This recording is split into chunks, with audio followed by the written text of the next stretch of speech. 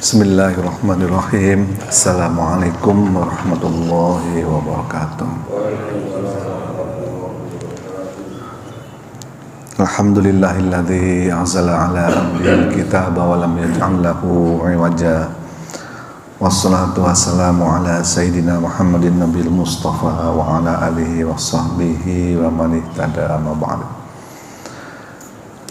Hadirin jamaah subuh yang dirahmati Allah Subhanahu wa taala, puji dan syukur marilah senantiasa kita panjatkan kehadirat Allah Subhanahu wa taala atas begitu banyaknya anugerah dan limpahan nikmatnya kepada kita semua, sehingga pada pagi ini kita masih diberikan kesempatan dan juga kesehatan untuk bisa hadir di majelis yang mulia ini. Setelah menunaikan salat subuh berjamaah, insyaallah kita akan lanjutkan dengan ta'lim. Salawat dan salam semoga selalu tercurah kepada junjungan kita Nabi besar Muhammad sallallahu alaihi wasallam. Mudah-mudahan kita senantiasa bisa istiqomah melaksanakan sunnah-sunnahnya, dan semoga di akhirat kelak kita mendapatkan syafaatnya. Amin ya rabbal alamin. Hadirin jamaah subuh yang dirahmati Allah Subhanahu wa taala, pagi ini kita akan lanjutkan kajian kita. Insyaallah kajian berseri mengenai dengan topik adalah Al-Asmaul Husna, yaitu nama-nama terbaik yang dimiliki Allah Subhanahu wa taala yang bisa menjadikan renungan bagi kita semua, dan mudah-mudahan kita bisa mengambil hikmah dari nama-nama tersebut. Pada pertemuan yang lalu kita sudah belajar mengenai kata Allah. Insyaallah hari ini kita akan belajar mengenai sifat Allah, nama Allah yang terbaik, yaitu Ar-Rahman dan Ar-Rahim, dua nama. Di dalam banyak ayat kata Ar-Rahman dan Ar-Rahim ini seringkali digandengkan, terutama di dalam surat yang kita semua hafal dan kita baca setiap hari, yaitu surat Al-Fatihah. Bahkan dua kali diulang kalimat Ar-Rahman dan Ar-Rahim di dalam satu surat yang pendek itu, dua kali diulang. Artinya ini merupakan sebuah penekanan atau penegasan betapa Allah itu sifat yang paling dominan yang dimilikinya adalah Ar-Rahman dan Ar-Rahim.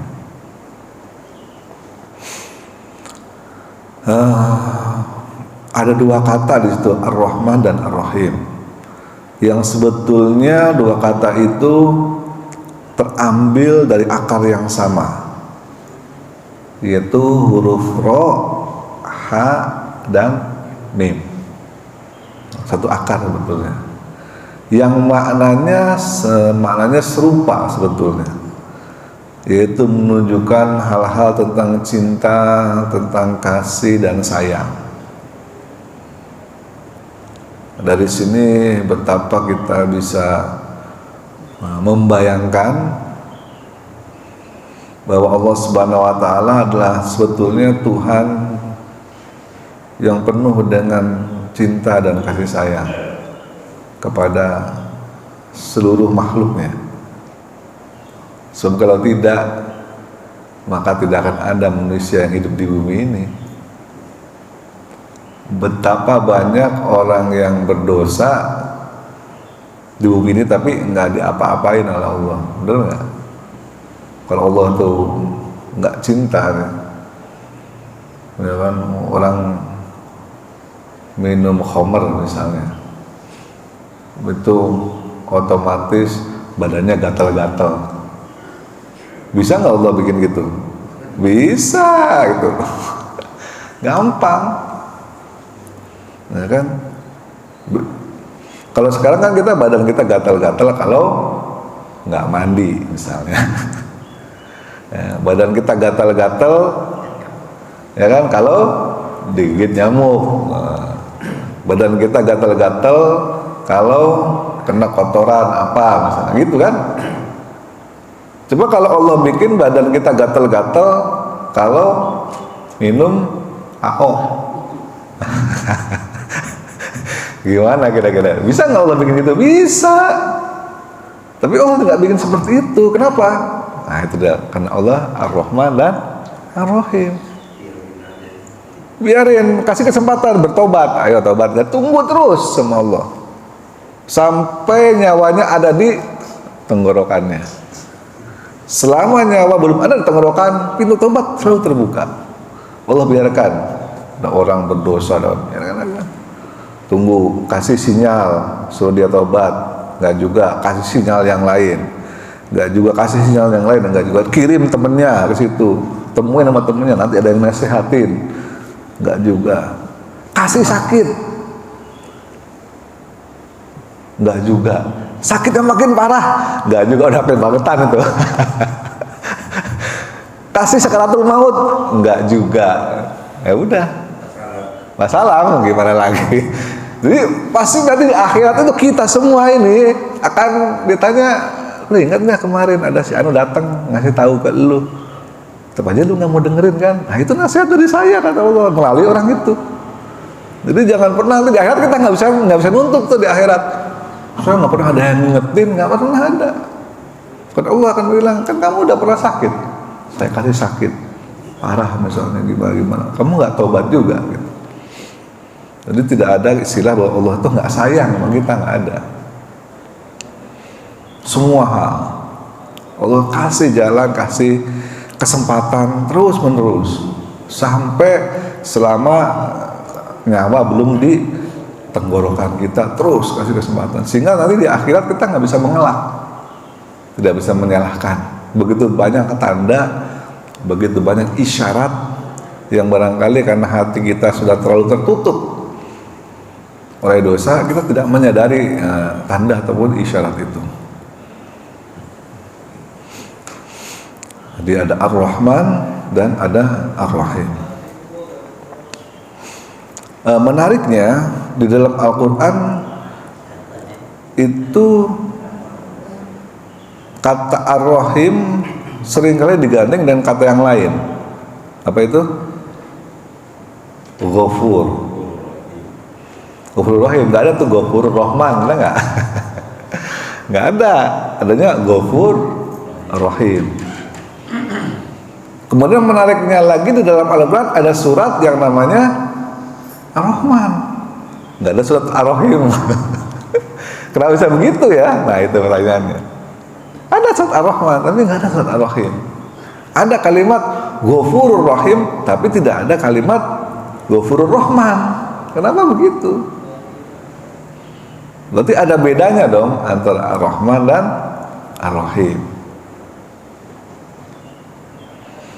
Jadi Ar-Rahman itu kalau secara bahasa itu bentuk superlatif namanya. Bentuk superlatif yang maknanya itu udah mentok, udah pol. Kalau kita ibaratnya di Indonesia nih orang Jawa ya, saat kita megang, saat kita minum air, tiba-tiba, waduh, panas. Nah itu kalimat panas itu bentuk superlatif. Itu panas banget artinya gitu loh. Kalau orang Jawa atau orang Indonesia gitu, panas gitu. Apa lagi? Cuantik gitu, cuantik gitu udah. Itu udah mentok, udah pol. Hah? Pol lah, udah pol gitu. Nah, Ar-Rahman itu bentuk pol dari rasa kasih sayang. Udah pol dah. Maha. Udah nggak ada lagi, tandingannya udah nggak ada dah, dua-duanya nggak ada. Coba kita bayangkan, kita punya anak misalnya, kita punya anak aja. Yang satu anak tuh soleh, nurut banget. Sama bapaknya disuruh ini, mau nak beliin Ini rokok, ya Pak, mau ya. Disuruh sholat, nah ke masjid, mau. Belajar, di sekolah berprestasi, yang segala macam. Yang satu lagi Bandung banget, suruh belajar malah main game misalnya. Kan suruh kursus malah kelayapan, kursus bahasa Inggris dari rumah berangkat sudah kelayapan misalnya. Kira-kira kita sebagai orang tua lebih sayang sama mana? Yang soleh kan? Yang nurut. Hah? Yang modal pasti kita omelin mulu kan gitu. Gimana sih lu hidup lu mau jadi apa entar kan gitu pasti. Kecilnya aja udah begini, gimana gedenya kira-kira gitu ya. Wah, udah mau mainin mulu dah. Tuh kalau kita. Coba sekarang bayangkan Allah menciptakan kita. Udah capek-capek Allah bikin kan, kasih tangan, kasih kaki, kasih mata bisa ngelihat, kasih muka yang cantik, yang ganteng, kasih kepala bisa berpikir, cerdas, ya kan? Bahkan kecerdasannya sekarang itu nggak tanggung-tanggung loh. Kecerdasan manusia itu bisa menciptakan kecerdasan buatan. Bayangin, saking cerdasnya manusia itu bisa menciptakan yang namanya sekarang apa? AI. Artificial Intelligence, kecerdasan buatan. Tuh, saking cerdasnya manusia itu bisa menciptakan kecerdasan. Coba yang ngasih kecerdasan siapa? Coba Allah itu. Saya lagi belajar AI sekarang, sibuk makanya. Itu emang luar biasa itu. Kita ngobrol sama mesin udah kayak ngobrol sama orang. Dia bisa jawab ini, jawab itu. Bahkan saya kalau kekurangan ide bikin apa ya, nanya aja sama ChatGPT ya. ChatGPT besok saya mau kuliah subuh, kira-kira kasih ide dong, materi apa nih yang mau disampaikan, kasih sama listnya, bla bla bla bla bla gitu. Keluarin dong Qurannya sama hadisnya, dikeluarin referensi sama dia, satu Quran sama ayat sekian hadisnya ini. Coba bayangin, bisa begitu. Itu belajar dari mana dia? Tulisin juga dong Arabnya, ditulisin sama di Arabnya, gitu. Gimana tuh gitu? Itu ciptaan manusia loh, kecerdasan ciptaan manusia. Bayangkan betapa cerdasnya yang bikin hal seperti itu, alat mesin seperti itu. Bayangkan lebih cerdas lagi yang membuat kita ini. Nggak kebayang nggak itu? Gimana? Luar biasanya.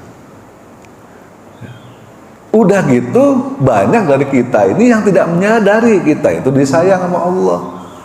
Banyak yang badung, kayak anak yang tadi itu badung, suruh sholat, mau sholat, ya kan? Kerjaannya nyekek botol aja, ngejoprak kalau pagi.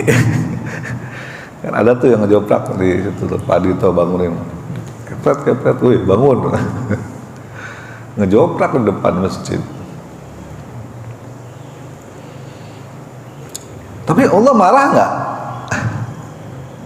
Enggak kan? Biarin aja tuh, bayangin. Kalau Allah mau kan malah lu susah amat sih diatur gitu, disentil gitu kan udah habis dia. Ibarat kata gitu. Jadi ada yang badung, ada yang nggak badung, bahkan ada yang nggak percaya Allah itu ada loh. Kalau kita tanya sama orang-orang ateis, agnostik atau agnostik namanya. Tuhan ada nggak? Wah ada Tuhan. Semua ini adalah kerja alam, alami, semuanya alami, berproses. Tuhan tuh nggak ada. Bayangin, itu Allah kalau udah gedek banget sama orang gitu. Bahkan dulu saking Allah tuh marahnya, pernah suatu saat dalam hadis diceritakan Arasy hampir terbelah. Arasy segitu gedenya, segitu dahsyatnya hampir terbelah. Arasy itu luasnya, kalau dalam hadis diceritakan, langit pertama itu luasnya langit dunia ini dengan langit pertama itu luasnya ibaratnya jarum di tengah padang pasir. Pernah dengar nggak di situ? Jarum di tengah padang pasir. Jarum itulah langit dunia, padang pasir itu langit pertama. Bayangin betapa itu hadisnya sahih. Betapa perbandingannya sangat sangat kontras. Jadi jarum dibandingin padang pasir. Jarum itulah langit pertama, jarum itulah langit dunia, padang pasir itulah langit pertama. Langit pertama dengan langit kedua itu sama kayak gitu. Ibarat jarum di tengah padang pasir. Langit pertama itu jarumnya, langit kedua padang pasirnya. Langit kedua dibanding langit ketiga sama juga kayak gitu. Ibarat jarum di tengah padang pasir terus sampai langit ketujuh sama kayak gitu. Terakhir adalah arsy. Arsy juga gitu. Langit ketujuh dibandingkan arsy itu ibaratnya jarum di tengah padang pasir. Bayang nggak? Itu waktu Allah mendengar, ya kan? Ada orang yang mengatakan Allah itu punya anak. Marah betul itu. Itu arsy bergetar hampir pecah. Untung Allah nggak meledak marahannya. Oh, nanti sifat terakhir itu sifat as-sabur, maha sabar. Allah maha sabar. Kalau meledak saat itu marahnya benar-benar marah ditumpahkan gitu kan, habis udah semua itu. Ya. Kalau sampai arsy itu pecah, langit itu pecah, habis sudah semua kiamat. Gara-gara ada orang yang mengatakan Allah itu punya anak, tersinggung banget Allah itu. Tersinggung banget, tersinggung berat. Sama kayak kita misalnya nih ya, ada anak kecil lewat, kok mirip Pak Eri ya, gitu. Padahal Pak Eri kan bininya cuma satu, anaknya di sono, kok mirip Pak Eri banget sih, ya gitu loh. Jangan-jangan, nah gitu kira-kira. Marah nggak? Marah, itu tersinggung. Masa lu mau fitnah gue, kira-kira gitu. Memfitnah gue gitu. Ya kan? Marah betul, apalagi Allah itu ngapain gitu kalau bikin Allah itu punya anak, ngapain orang buat tinggal bikin orang, mau bikin jin, bikin malaikat tuh gampang, tinggal kun fayakun tadi. Ngapain mesti punya anak repot-repot kan gitu, mau bikin apa juga jadi gitu istilahnya. Jadi kayak ngeremehin banget gitu bahwa Allah itu kalau pengen punya anak ya mesti dalam tanda petik ya, mohon maaf, menghamili gitu kan, Siti Maryam dan sebagainya gitu. Ngapain?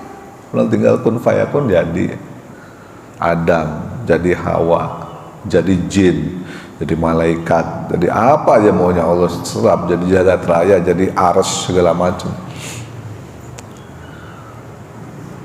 Tapi apa? Allah maha sabar. Nggak jadi, kalau jadi habis sudah. Itulah karena Allah punya sifat Ar-Rahman dan Ar-Rahim. Sangat besar sifatnya. Kata anak dalam hadis bahkan dijelaskan rasa sayang Allah lebih besar dibanding rasa marahnya. Jadi sayangnya Allah itu lebih besar dibanding marah. Kayak kita marah pada anak kita, sebadung-badungnya anak kita, semarah-marah anak kita, tetap aja kita sayang itu anak. Dan bagaimanapun itu anak kita adalah daging kita sendiri, kita baca gitu. Tetap harus kita sayang, tetap harus kita urus, tetap harus kita bela. Apalagi Allah ini bagaimanapun seburuk-buruk ini ciptaan gua sendiri gitu. Gua yang bikin. Ya pasti diperhatiin, disayang, dituntun, diberikan petunjuk. Tapi kalau nggak mau juga ya udahlah gitu. Mau gimana lagi? Udah dia pilih jalan yang itu, kasih tahu nggak mau. Kayak Nabi Nuh dengan Kan'an. Waktu itu siapa yang cerita ya? Pak Anto ya? Nabi Nuh dengan Kan'an. Kan'an namanya anaknya. Kan waktu Nabi Nuh berdoa kepada Allah, udahlah habisin aja umatku tuh yang nggak patuh-patuh, turunkan azabmu ke Nabi Nuh. Kata Allah, nanya yakin kamu? Jangan nyesel ya, gitu. Karena bukan sifat dasar Allah untuk mengadab tuh enggak. Gak pernah ceritanya Allah tiba-tiba mengadab, nggak ada kalau bukan atas permintaan nabinya. Karena makanya kenapa umat Islam nggak pernah diadab sekarang? Karena Nabi Muhammad nggak pernah berdoa, ya Allah adablah umatku yang nggak nurut, nggak ada. Tapi umat-umat Nabi lain, tergantung Nabi bilang gitu, ya Allah adab, dah turunin aja adab, habisin dah tuh yang kafir-kafir yang nggak nurut-nurut. Nabi Nuh, kata Allah yakin ente, gitu kan? Iya yakin, jangan nyesel ya. Enggak, yakin lah, biarin aja, habisin tuh semua. Begitu banjir datang anaknya, ya Allah itu kan anakku, kan aneh udah bilang, katanya nyesel enggak, yakinan anak mau ikut gitu, nyesel dia, kenapa diturunin adab, anaknya kena, anakku sini naik kapal, enggak, saya mau naik gunung, mana gitu, gunung sono tinggi ini nggak bakal kebanjiran ya. Kata Allah, kata Nabi Nuh, ya Allah gimana ini anakku? Kata Allah, Allah tegas, itu bukan anakmu. Udah gitu, itu bukan anakmu. Kelakuannya kayak gitu. Ya udah, Nabi Nuh diem, mau gimana lagi? Ya kan? Karena dia nggak beriman, kafir, ingkar pada perintah Allah. Jadi kalau memang udah diberikan kesempatan segala macam, udah diberikan dakwah tapi tidak nurut juga, ya sudah, bisa diadab di dunia, bisa diadab di akhirat. Dan bayangin Nabi Nuh berdakwah 950 tahun, ya kan? Apa nggak budak gitu? Tiap hari gitu kan ngomongin orang, dakwahin orang, ayo ini, ayo itu, beriman kepada Allah, ayo segala macam, selama 950 tahun. 900 tahunan lah. Yang beriman cuma dikit. Gitu. Jadi kembali lagi betapa sifat Rahman dan Rahim Allah itu betul-betul menjadi sifat yang utama baginya. Lalu atas apa bedanya tadi Rahman dan Rahim? Di Rahman itu tadi sifat superlatif yang menunjukkan betapa sudah puncak dari kasih sayangnya Allah pada makhluknya. Bahkan yang tadi yang tidak beriman pun tetap Allah kasih rezeki, tetap Allah perhatikan. Beriman tidak beriman, ada orang beriman kaya raya banyak, orang ateis jadi milioner banyak. Sebaliknya ada orang yang rajin sholat, rajin ibadah, orang Islam tapi kehidupannya gitu-gitu aja banyak juga. Kenapa? Karena Allah punya sifat Ar-Rahman, menyayangi kepada semuanya. Cuman bedanya nih, Allah punya sifat Ar-Rahim. Nah ini bedanya. Sifat Ar-Rahim ini adalah sifat sayang yang khusus, spesifik, hanya diberikan kepada orang yang beriman aja. Kalau Ar-Rahman berlaku pada semuanya, Rahman, semua dapat, semua dikasih, beriman nggak beriman dikasih. Kalau Ar-Rahim dia khusus hanya untuk orang yang beriman. Itu sebabnya Ar-Rahim sering digandeng dengan Ghafur. Kalau kita pengen mendapatkan Ar-Rahim dari Allah, pintu masuk gerbangnya adalah Ghafur. Ghafur baru Ar-Rahim, Ghafurur Rahim. Artinya apa? Kalau kita bertobat dan mendapatkan ampunan dari Allah, maka Allah akan berikan Ar-Rahim. Ar-Rahim itu sifat sayang yang melekat selama-lamanya. Kalau Ar-Rahman ini sifat yang luar biasa, sayangnya apapun diberikan, ya jor-joran diberikan, tapi sementara. Lu mau apa ya gue kasih, tapi kasih batas waktu selama di dunia. Nah itu Ar-Rahman. Apa juga dikasih sama Allah. Oh silakan dah. Lu beriman kayak nggak beriman udah kasih dah lo. Kan? Nih jabatan, nih duit, ini pangkat, kekayaan dan segala macam. Ada semua kasih dah. Tapi atas waktu ya, sampai 70 tahun doang. Tuh. Ayo, kalau disuruh milih, mau milih yang mana nih? Ya kan, mau disayang sama Allah, tapi sebentar, jor-joran ya Allah kasih, lu minta apa dah, gua kasih dah. Tapi sebentar ya, 70-80 tahun. Atau, ya kan, mau dekat disayangi Allah selama-lamanya. Hah? Nggak ada tapinya, ya harus bertobat dulu tadi mendapat ampunan, caranya gitu. Gimana caranya kita dapat ampunan dari Allah, ya kan? Dekat dengan Allah baru dapat. Kalau tidak ada orang yang nggak punya dosa, makanya Ghafur itu pintu masuknya paling penting. Ada nggak yang punya dosa?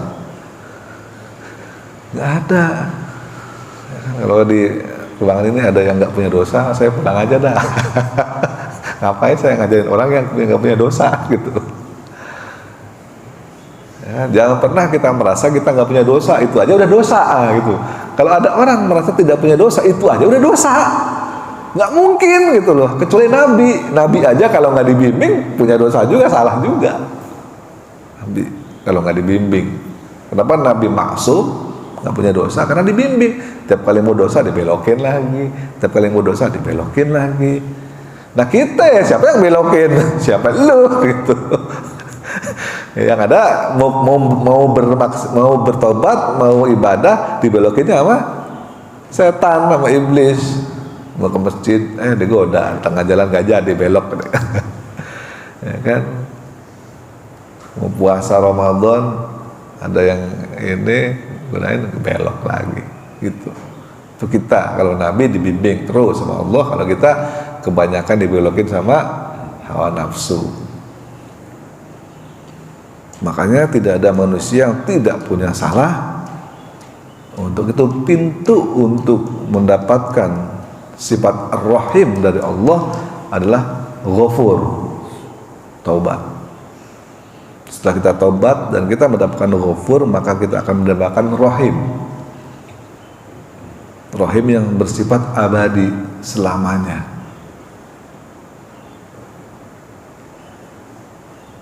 Kalau selamanya kan, ya selamanya, kebayang ya, selamanya enak.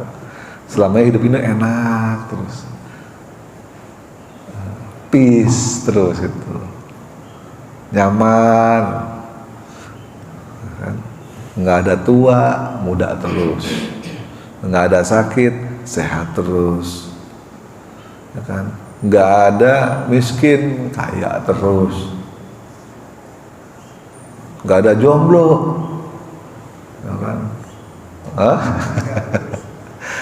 Iya gitu, coba. Itu adalah cita-cita, bayangan, impian semua orang. Masalahnya ada, kenapa banyak yang nggak mau kan gitu? Kata Nabi itu kan heran, Nabi itu tanya. Banyak yang nggak mau masuk surga. Sahabat tuh bingung. Emang ada ya Rasul? Ada lah banyak. Tuh orang yang nggak mau beriman, kan nggak mau masuk surga. Iya juga ya. Itu sama aja begitu. Jadi sifat Ar-Rahman adalah sifat yang jor-joran, udah kebangetan, udah pol sayangnya, tapi temporary, sementara. Sementara sifat Ar-Rahim adalah sifat kasih sayang Allah yang khusus diberikan pada orang beriman yang bertaubat, yang mendapatkan Ghafur, dan akan diberikan selamanya, tapi nanti di akhirat. Kalau di dunia mah sebentar. Kita disuruh sabar sampai usia 60, 70, mungkin 80 untuk mendapatkan kehidupan abadi selamanya, dinaungi oleh sifat Ar-Rahim Allah Subhanahu wa taala. Jadi jamaah subuh yang dirahmati Allah Subhanahu wa taala,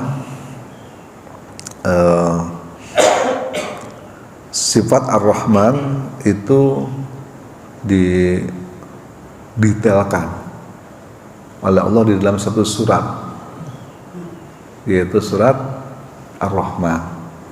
Itu Allah detail banget menggambarkan betapa Allah itu berikan semuanya kepada kita. Apa yang kita mau, bahkan apa yang nggak kebayang oleh kita, Allah sediakan, Allah siapkan. Yang baru kita pahami belakangan, ternyata sudah ada semua, sudah disiapin semua sama kita. Allah lebih tahu kebutuhan kita dibanding diri kita sendiri. Allah lebih tahu apa yang terbaik bagi kita dibanding diri kita sendiri. Tapi di dalam surat Ar-Rahman itu justru itu ngeri. Kalau kita baca secara detail makna-maknanya, justru kita ngeri karena kita tahu di dalam surat itu Allah lagi menumpahkan kejengkelannya kepada dua golongan, yaitu jin dan manusia. Jengkel banget Allah itu. Kalau di awal-awal ayat diceritakan di situ, aku tuh udah ngasih ini, ngasih itu, ngasih ini, ngasih itu. Tiba-tiba fabi ayyi ala rabbikuma tukadziban. Terus diulang-ulang tuh. Itu ekspresi kejengkelan Allah kepada dua makhluknya ini. Coba kita lihat Ar-Rahman, ayat keduanya apa? Allamal Quran. Jadi yang Allah ingatkan dari sifat Ar-Rahman Allah adalah karena Allah sudah mengajarkan Al-Quran. Bukan cuma menurunkan, tapi bahkan mengajarkan. Maksudnya apa? Mengajarkan atau mengajarkan adalah Al-Qurannya turun plus gurunya diturunkan, dikasih. Kalau kita dikasih cuma buku doang mah gimana, kagak ada gurunya, gak ada yang jelasin gitu. Enggak, Allah mah kasih Quran plus gurunya. Siapa gurunya? Nabi Muhammad SAW. Ini kitabnya, ini gurunya, sekaligus turunkan. Makanya situ kalimatnya Ar-Rahman Allamal Quran. Kurang apa aku ini?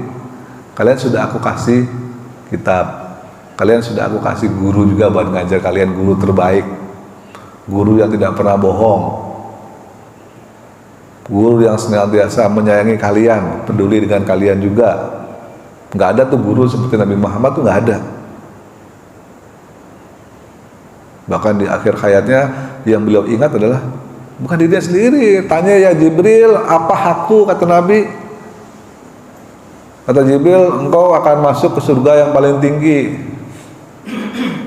Bagaimana dengan umatku Jibril? Itu yang ditanya. Kalau kita kan mau meninggal, yang kita harus dibutuhkan adalah kalimat la ilaha illallah di akhir kalimat ya. Nabi mengatakan, dan siapa yang mengatakan la ilaha illallah di akhir hayatnya maka dia masuk surga. Kok Nabi enggak?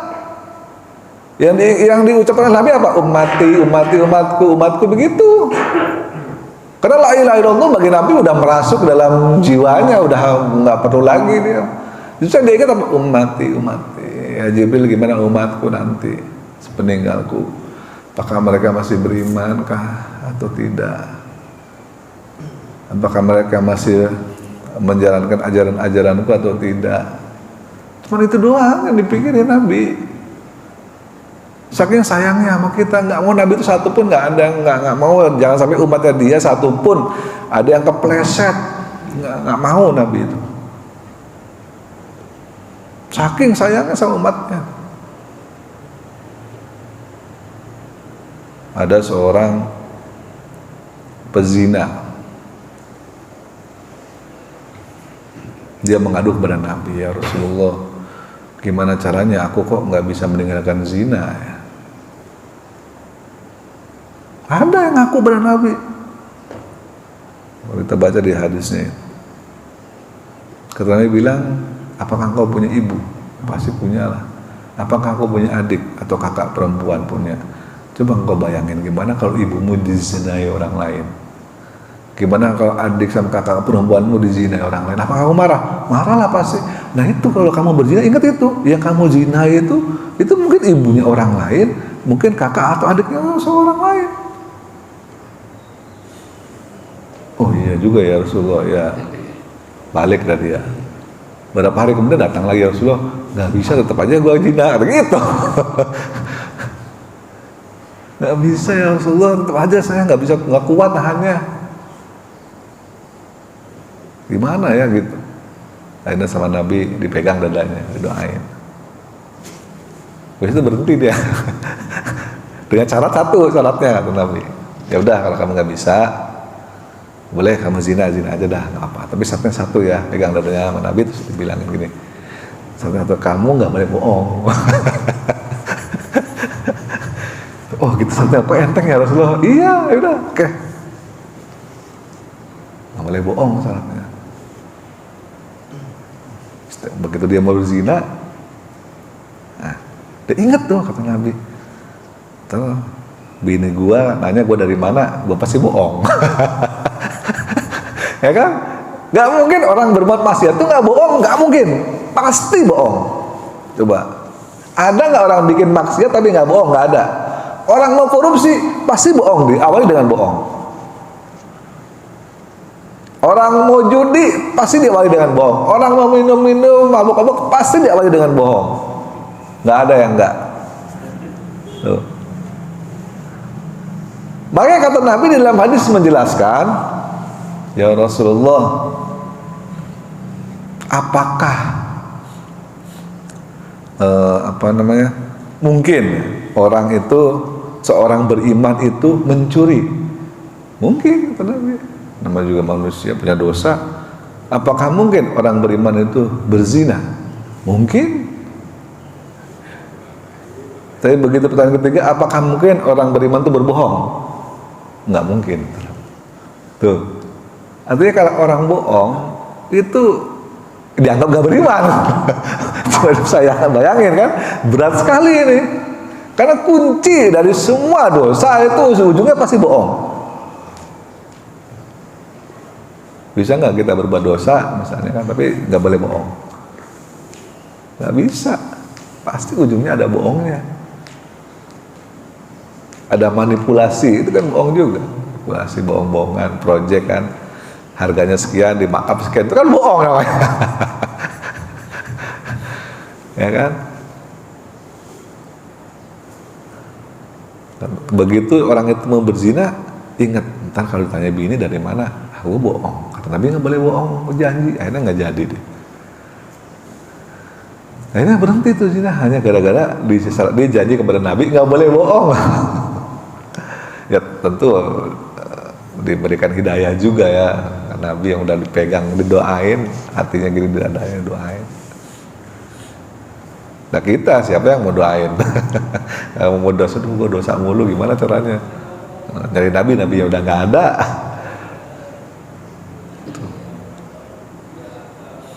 Jadi jamaah sebenarnya Allah Subhanahu Wa Taala, begitu dahsyatnya kisah atau hal yang diceritakan di dalam surat Ar-Rahman. Kalau kita baca itu bahkan ngeri itu, di ayat berapa itu, orang tuh disiram pakai timah mendidih, wah segala macam, ngeri. Ar-Rahman itu memang awalnya itu Allamal Quran, Allah mengajarkan Al-Quran. Khalaqal insan allamahul bayan, Allah ciptakan manusia dan ngajarin bisa ngomong. Itu nikmat yang sangat besar lah, bisa ngomong itu ya, kayak kelebihan manusia dibanding binatang itu bisa ngomong. Makanya kata para ulama, al insanu hayamanun natik, manusia itu adalah hewan sebetulnya tapi yang bisa ngomong. Ngomong itu merupakan sebuah anugerah luar biasa yang menunjukkan tingkat kecerdasan. Coba kalau kucing bisa ngomong, ya gimana kita berantem sama kucing ya? Ngapain lu kesini ini? Nyolongin ikan gue melulu. Selalu sendiri kata kucing. Gimana kalau kucing bisa ngomong gitu? Ada, ya kan? Allamahul bayan. Dan seterusnya terus. Ceritakan di situ ada bumi, ada langit, ada macam-macam terhampar. Diceritakan di situ ada 2 lautan yang ada batasnya. 2 lautan menyatu, tapi tidak bisa menyatu karena ada batas dan sebagainya. Semua diceritakan. Ada kapal laut di situ diceritakan juga, macam-macam nikmat. Tapi makin kesini Allah katakan, Fabi ayyi ala'i rabbikuma tukadziban, diulang-ulang menunjukkan kekesalan Allah. Kalian tuh sudah dikasih oleh aku semua, apa yang kamu mau tuh sudah aku turutin semua, tapi kelakuan kalian masih begitu-begitu aja, nggak berubah. Kurang apa gitu kata Allah. Kira-kira kurang apa? Pak Eri, kurang apa Pak Eri?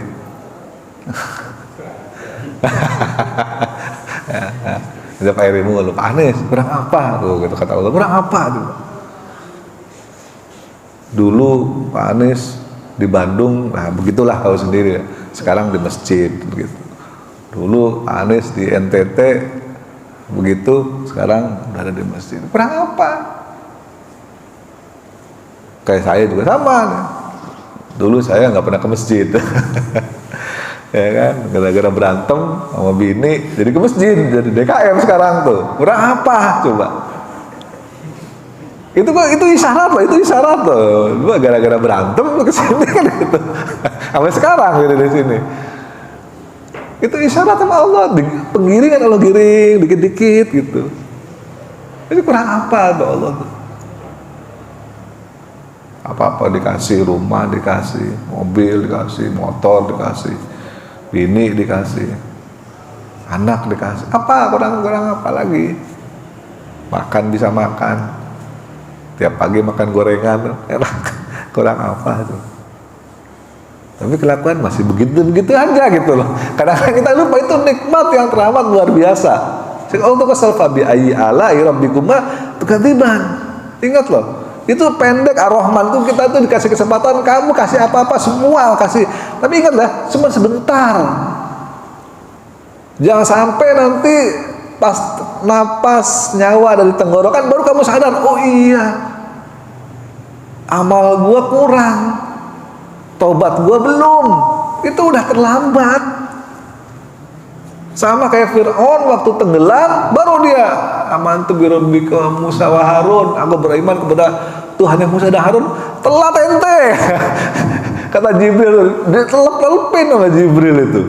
Ente telat, kemana aja kemarin? Jangan sampai kayak gitu. Kalau semua dikasih tuh Fir'aun, bayangin, seumur-umur nggak pernah dia sakit. Fir'aun itu. Jadi kalau ada orang sehat terus nggak sakit, Fir'aun nggak pernah sakit ya, seumur-umur itu sehat terus. Makanya dia mengaku diri itu Tuhan, karena nggak pernah ngerasain namanya batuk, pilek, kepala pusing, nggak ada tuh Fir'aun. Kurang apa begitu udah dilepin baru tobat gitu? Nggak bisa, kasih kesempatan udah banyak banget lah. Dan didatangin Musa, didatangin Harun, dinasehatin, kan kurang apa Allah itu gitu loh kira-kira.